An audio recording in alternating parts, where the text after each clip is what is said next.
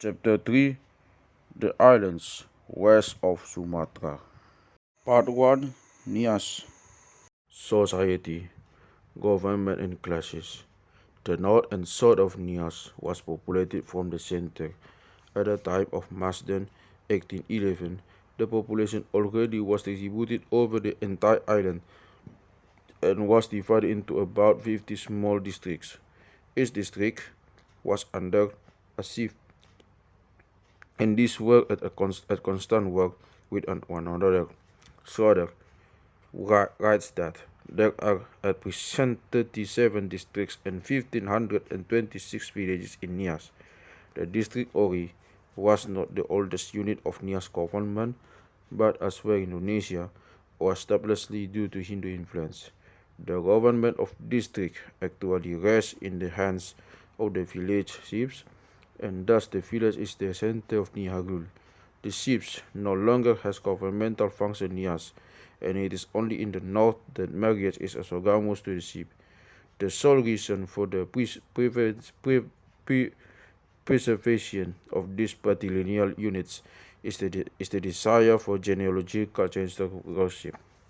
The laws and regulations of the island are in part determined by the district and in part by the villages.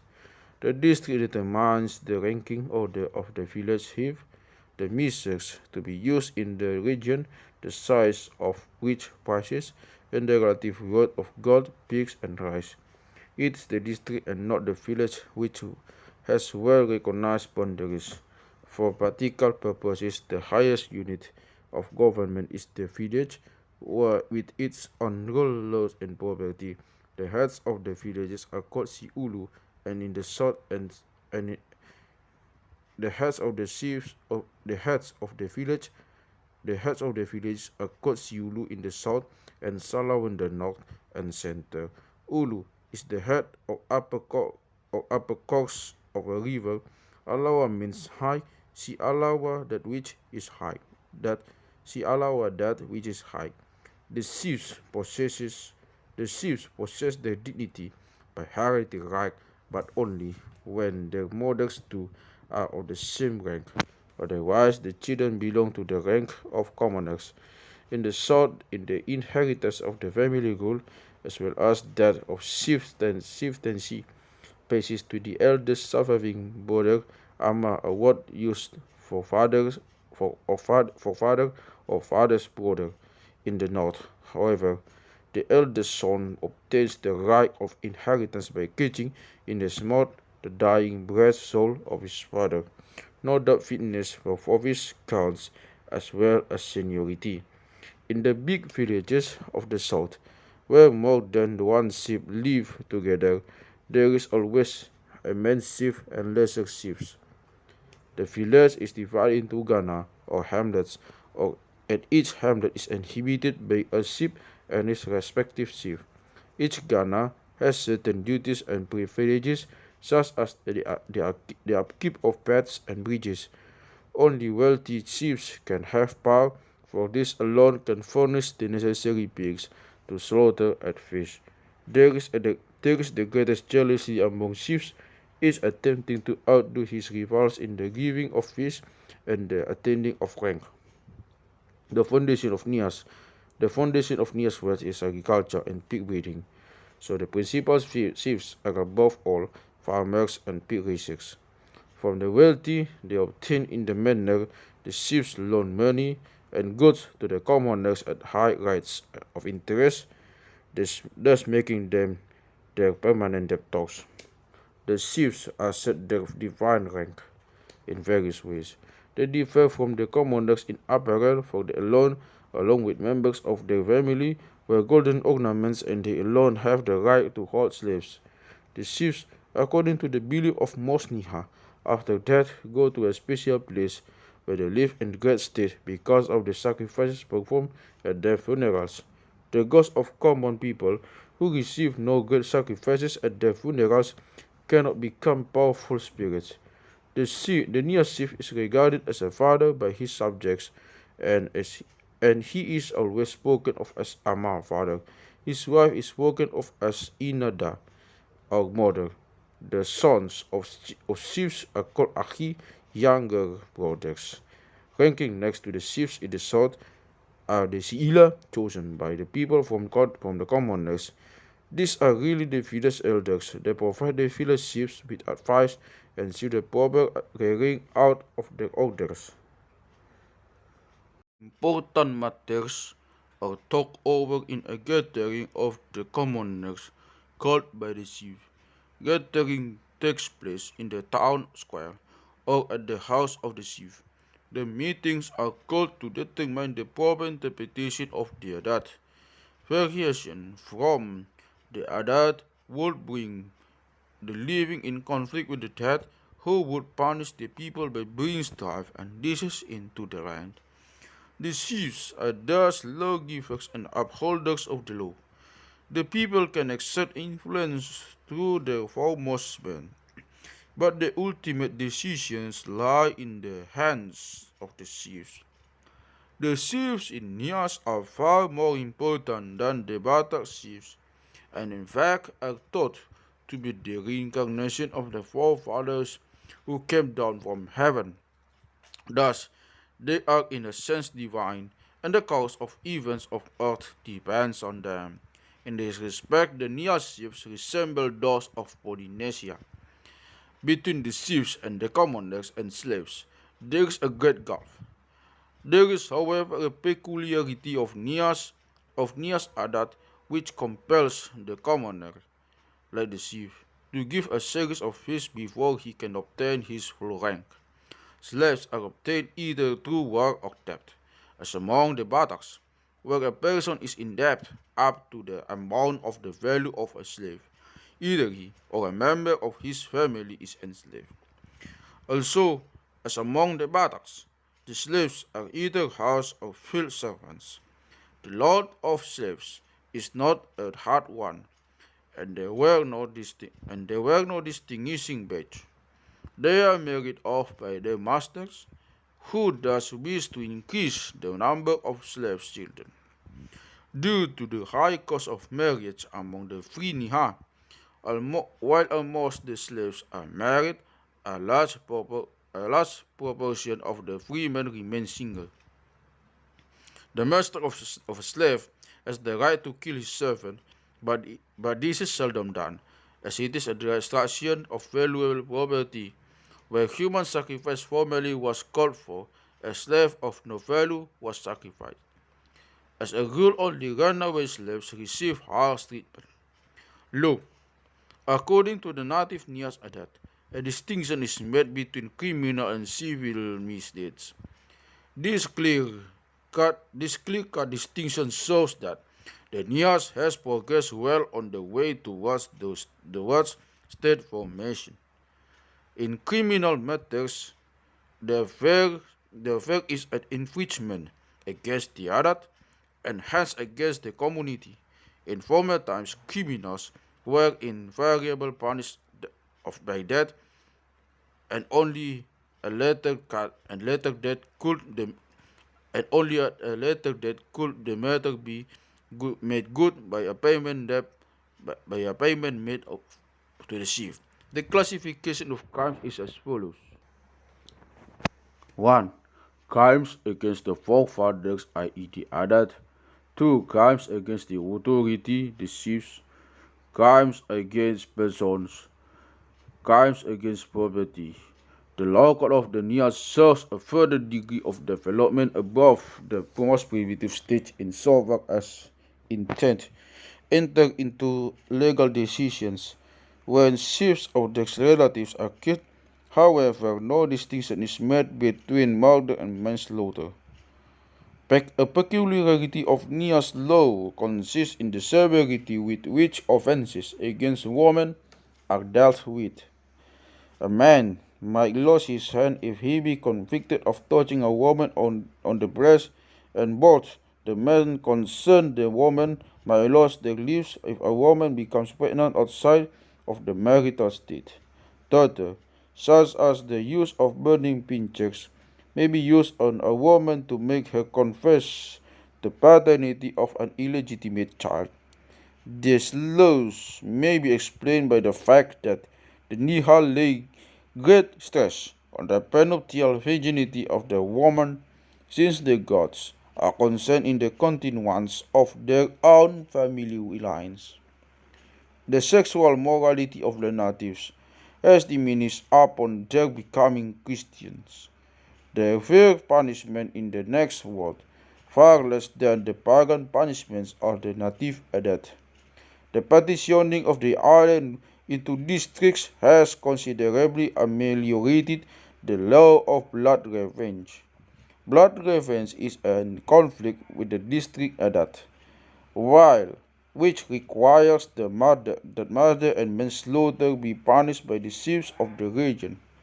This adat also extends to a certain degree to alien districts. Blood revenge mainly serves as an excuse for head hunting. The Niha make use of the oath and ordeal. The ordeal is called tuna malay tenung. Among the ordeals practiced are the water ordeal, in which both parties dip under water, and trial by battle. Oaths may be sworn to individually or communally. There is no secular punishment for perjury, since the gods are supposed to punish the perjurer. In order to avoid even this inconvenience, the native has a special god to whom offerings are made after he has perjured himself. War. The Niha had two varieties of wars before the days of Dutch control. The first variety was occasioned by a temporary dispute and order arose within a district, while the second was of the nature of a standing fight and was possible only between widely separated districts. All men capable of bearing arms fought, except the slaves who were used as carriers. Villages were attacked at night, and the weaker men and the women and children were taken captive. All others were killed. The ancestral idols were taken and placed beneath the house of the chief. Soder has listed the following causes of war, of which the first and the fourth were the most frequent incentive to combat. 1. The death of a person. 2. The rape of a woman. 3. Rape and theft. 4. The reception by a chief of slaves or fugitives belonging to another. 5. The non-payment of bride price or other debt. 6. Dispute over territory. 7. Insults. While headhunting was an integral part of Nias wars, it seems probable that the basic motive behind this custom in Nias, as elsewhere in southern Asia and the Pacific, was religious in nature.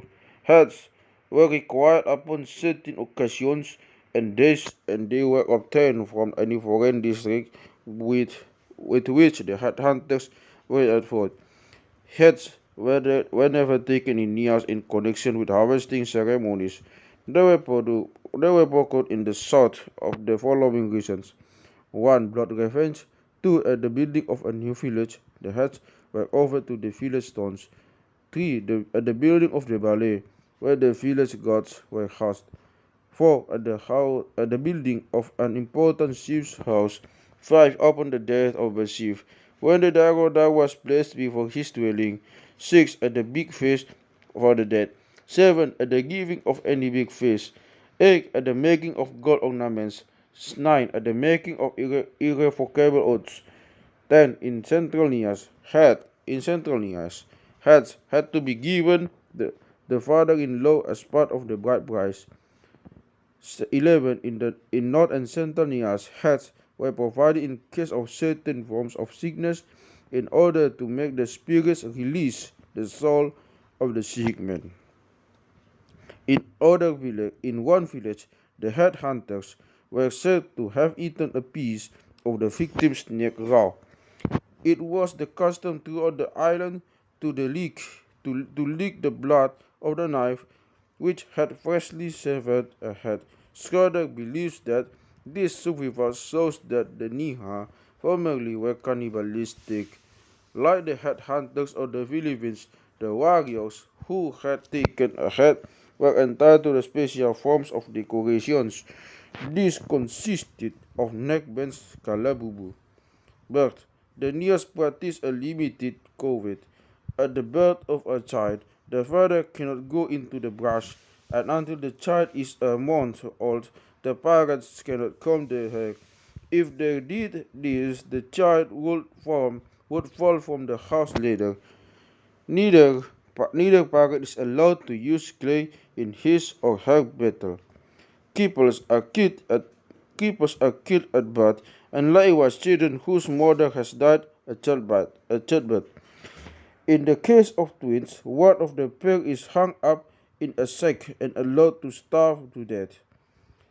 Albinos bring great shame to the mother who is accused of having slept with a ghost.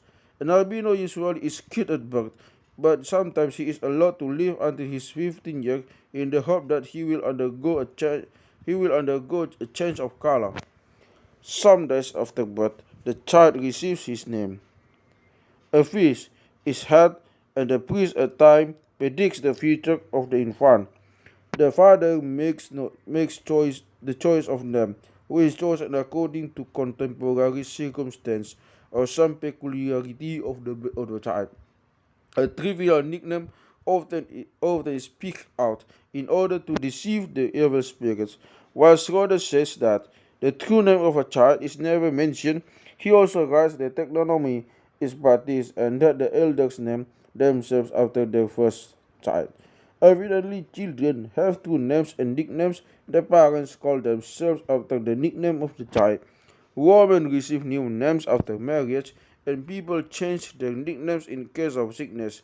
Chiefs assume honorary names after the giving of a feast, as for example, brightness of the sun.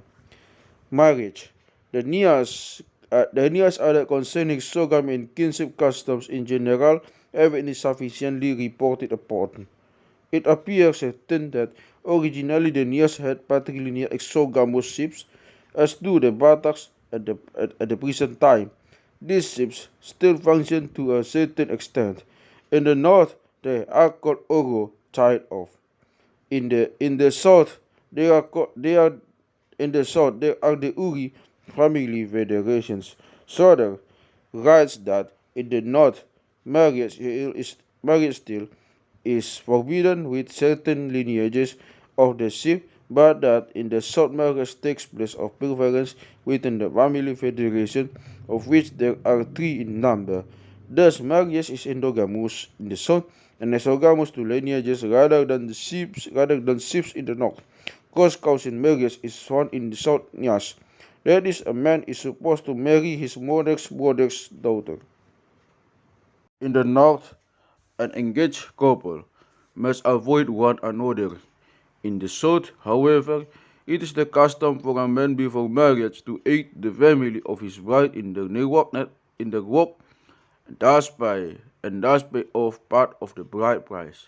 Marriage in years is always by purchase and is binding not only on the grounds that it is a contract between two families, but also because it is conducted with ancestral worship. The ancestral idols have to be notified before a marriage can take place.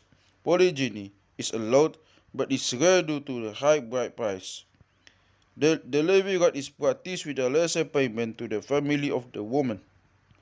The bride purchase is strongly patriarchal, and the woman passes over to the family of the man as a piece of property. Stress is laid upon the virginity of the bride, and widows and non-virgins are sold at half price. In order, in order to safeguard the unmarried woman, they are not allowed to mix with the man at feast, and they sleep together under the guard of an older woman.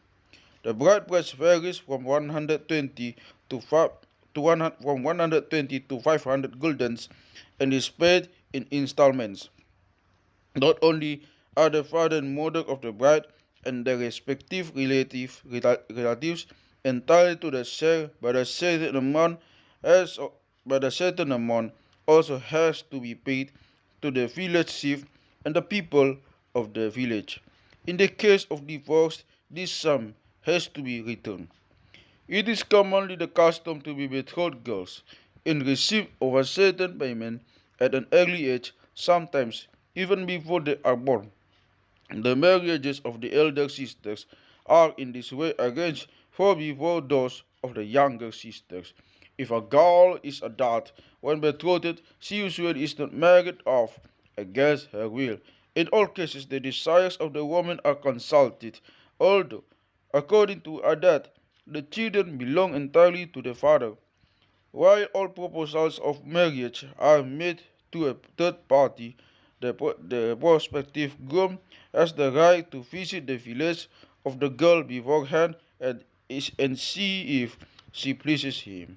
The village chief performs the marriage ceremony, which consists in part of the groom and bride eating and chewing battle together. The chief pours water over the feet of the bride, and offerings are made to the village god. The girl gets a new name at her marriage from her mother-in-law. After the marriage, the bride goes to live with the groom. On entering her on entering her new home, she is not supposed to touch the threshold under penalty of infecundity. Aside from the begetting of children, it is the duty of the woman to tend the fields and the pigs. Only the women of the highest birth, who are married to important chiefs, are spared these duties. The women own as property the clothing, decorations, and chickens. These are inherited by the daughters. Divorce. A divorce can be requested by either the husband of the wife. The family of the wife can demand a divorce only on one ground, that is, that the husband is remiss in paying his bride purchase installments. A wife is not allowed to leave her husband from any other cause, and if she runs away, she is sent back. A husband can send his wife back to her family, but only if she proves sterile, which is considered her fault. For, for this, the consent of the chief must be obtained. The family of the wife then must either furnish a substitute or pay back of the bride price. If the husband dies and there are no children, the woman can be taken back by her family. In this case, the heir of the property of the deceased can claim the bride price when the widow remarries, or the widow can marry a son to another wife or brother of the deceased. If there are children, the woman remains with the family of her husband. She can marry a brother of the deceased, but she is not in all parts of the island or beach to do this. Health. In central Nias, there are three main ways of disposing of the dead, depending on whether they are chiefs, commoners, or slaves. The first are placed on platforms, the second buried, and the slaves are simply thrown into the jungle to be devoured by wild swine. The name of the coffins used for the dead is owo bots. After that, the corpse is washed with braggart leaves, so that if it comes back to the house it will be recognized by its owner. If the deceased is a chief, he is dressed in festive clothing with golden ornaments. His mouth and nostrils are shut in his and his eyes closed.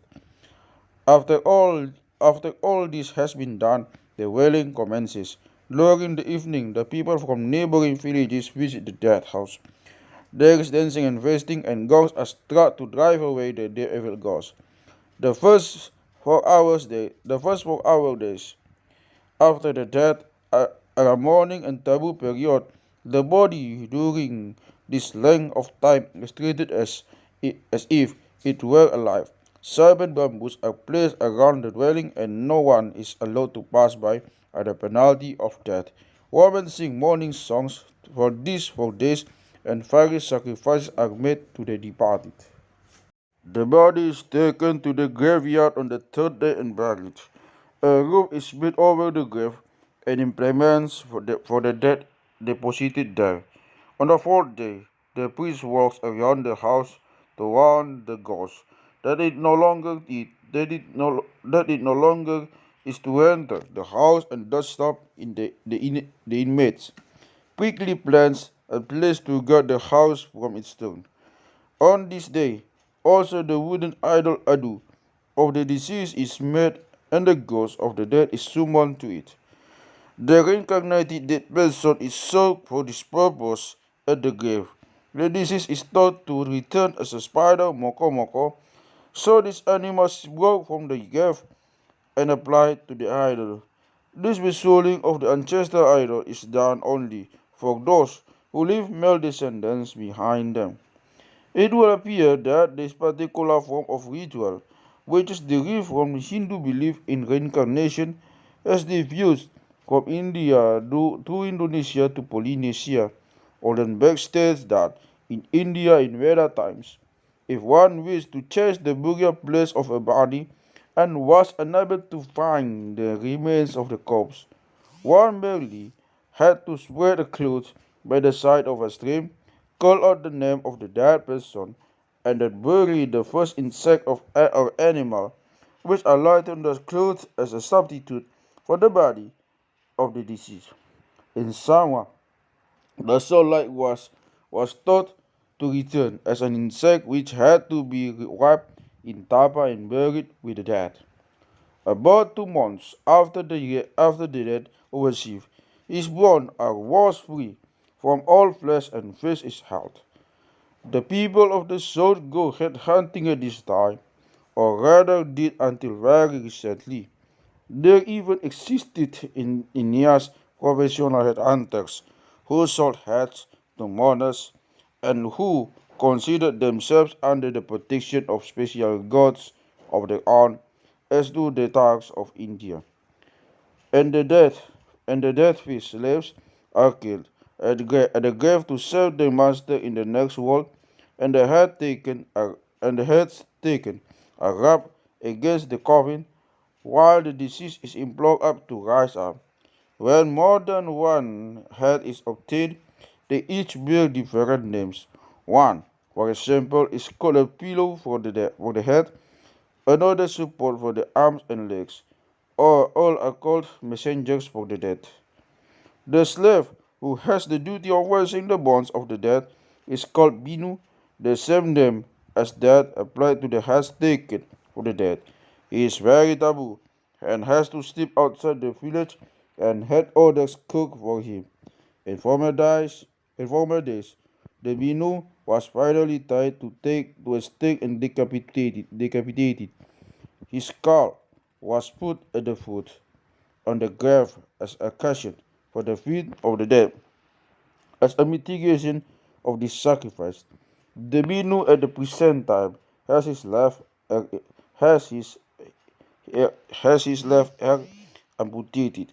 The general feeling toward the dead in Nias are as well in one of here. The ghosts of dead chiefs are especially afraid, and likewise the ghosts of women who have died in childbirth. To prevent the ghosts of the later form of returning, the bodies of the women are dragged out of the house through a hole in the wall. Mourning consists in abstaining for certain foods, certain forms of clothing are not worn, and the mourners refrain from going out of doors for the first few days.